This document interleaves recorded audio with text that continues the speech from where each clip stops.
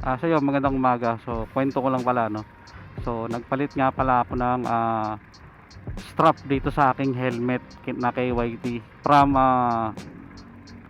double D-ring to quick release. Ayan. Ano yan? Ayan, quick release na yan. Pero yung D-ring nandun pa rin. Tag doon, plug and play lang ang ano ngayon nabili ko. Di katulad dati yung sa NFR ko, nag-install ako ng quick release buckle, tinahi ko. So ngayon wala na kasi may mga strap na nakaabang. Ikakalawit mo na lang dun sa mga bakal nitong helmet. Tapos ito-tornilyo mo na lang. Baga plug and play na lang ang nangyari. Kaya nag-decide na ako na palitan yung strap ng aking helmet. So kasi yung strap ng helmet ko nagtastas na, pangit na tignan.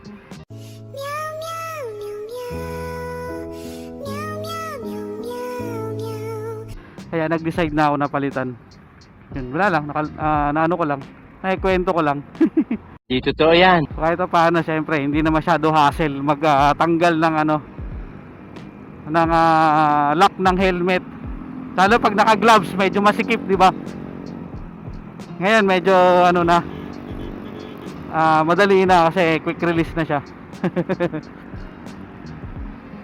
Yo, let's go. Magandang umaga. So manatiling alerto, maingat at kalmado lagi sa mga biyahe nyo. Ngayong Holy Tuesday na. Uwian na ng mga main characters sa kanilang mga probinsya. Kaya yun, ride safe palagi sa inyo mga paps. Let's go.